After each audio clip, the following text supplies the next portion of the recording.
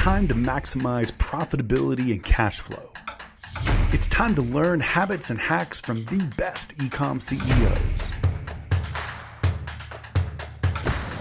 It's time for Return on Podcast with me, Tyler Jefcoat.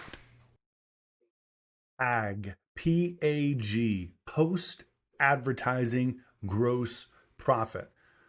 Tyler, what the hell is that? I'm going to use this video to explain how you can use true contribution margin or true gross profit to run your Amazon business or your direct-to-consumer brand better. You guys know me. I'm Tyler, seller accountant, Return on Podcast feed. I'm going to use this video that we're in right now to talk you through how to apply PAG properly to your entire company.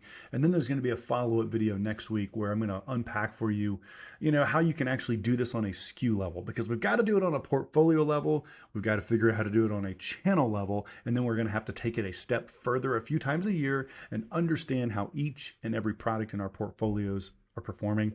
But let's start with the big picture here. Let me show you how this works. So here's a profit and loss statement for one of our clients here at Seller Accountant. And here's what I think might be true for you. It's been true for me before. You and I go to conferences, or we go to a mastermind, or we go to a networking event, and we feel very confident and comfortable articulating what our income was, what our revenue was. For this particular 2-month period for this seller, you go to the conference, he's going to say, hey, I did $850K in revenue in 2 months. Feeling pretty good. Sales are really growing. Happy, happy, happy. That's good. But what we're sometimes kind of lost with, or we don't know for sure, or we feel confusion about, is what was our actual profit margin? Not kind of a fake trumped up profit margin. What was the true profit margin? And at Seller Accountant, we're big proponents of adding a lot of directly attributable expenses above the line, like you see on the screen here, because I want the most credible, highest visibility picture of my profitability that I can possibly get. Let me kind of unpack this for you. So let me, first of all, this is a traditional P&L for an Amazon seller. Literally, this is not an uncommon thing for us to see here at Seller Accountant.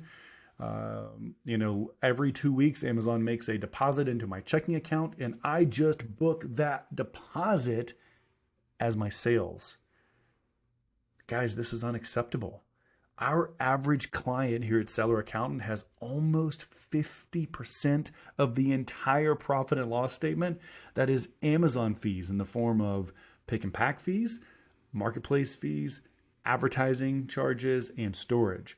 And if I just take that gross payout from Amazon and make that my sales, I am absolutely not going to be able to manage the margins of my portfolio. And Bezos is going to get paid. That's the good news for him. But you and I are not going to get paid if we run our businesses the way you see it on the screen right now. So in this situation, we had $500,000 in deposits. We booked those as sales. We purchased our cost of goods sold. We probably feel like our cost of goods sold is high if we talk to a CFO like Tyler, because he's saying, oh my gosh, you have 50% of your entire sales in cogs. Okay. I can't believe you're making as much money as you are. This is good that you're profitable. Wow.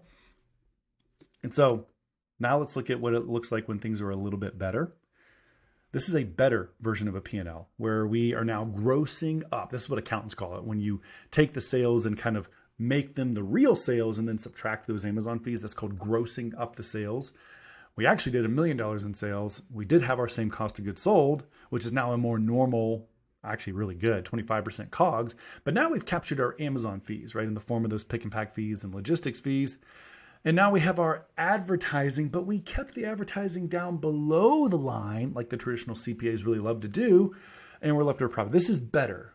But in my mind, this is not best. And I want you guys to do it best. And so I'm going to recommend you take it one step further. We're not going to do like the bad guys did here and just book the Amazon deposits. And we're not going to put those advertising expenses sneakily down here next to the salaries and consulting fees and software and everything else. No. We're going to take the aggressive step of putting our direct advertising expenses up above the line so that we now have not just gross profit, but post-advertising gross profit, real gross profit. And so if I'm an investor or if I were your CFO, I can now look at this right-hand side picture here and I can really understand how healthy your business is. Those margins are really good, and they're really good because we have great core margins on our cost of goods sold, our Amazon fees appear to be in line, they're split out, and our advertising, while it's aggressive, we have a tacos of 13% here, we can afford to have a tacos of 13% because our overall PAG is still 25% afterwards. We're doing a great job of controlling our overhead here with only 10% and other stuff we're spending money on, and it's allowing us to keep a very healthy operating profit of 15%. I want to be able to give you that kind of insight, and you want to be able to get that insight for yourself. You can never get that kind of insight for your portfolio if you have this bad P&L picture on the left-hand side. So again, back to our kind of live example with my customers' data here. This person, when they go to a conference or when they talk to you, maybe you see them on the street sometime soon, you want to be able to ask them the question, hey, buddy, I heard that you did $850,000 in revenue. That's awesome. Congratulations. But how much money did you actually make? And are you happy with your margins? What this guy can tell you is, yeah, you know what? Actually, my core margins are below 20%. I'm a little bit concerned about that after talking to Tyler. I'm not happy about it. But my core margins on products, they're pretty good. And my real challenge is that I have an outrageous amount of logistics fees that I've got to address here. You can kind of see here, this FBA fee is up to 30% because we have an oversized product. And so what we're having to do here is we're having to unpack those FBA fees so that we can capture more margin for our products. Because even though we did $850,000 in sales, our core profit margin was less than 20%, which means it could be challenging for us to scale unless we can figure this out. So I hope that's helpful for you guys. That's how I view post-advertising gross profit as a CFO for a whole bunch of Amazon sellers. I hope you'll start viewing it that way also. Stay tuned for next week where I'm going to walk you through how to do this on more of a SKU level. I'm going to help you do it on an ASIN by ASIN level. And in that video, I'll also just kind of give you a free tool that you can use if you want to kind of hack your way to getting the SKU level profitability for yourself. So Tyler, Seller Accountant, always appreciate it when you guys leave me comments. Always appreciate it when you like and subscribe to the channel. Hope you have a great day. Cheers.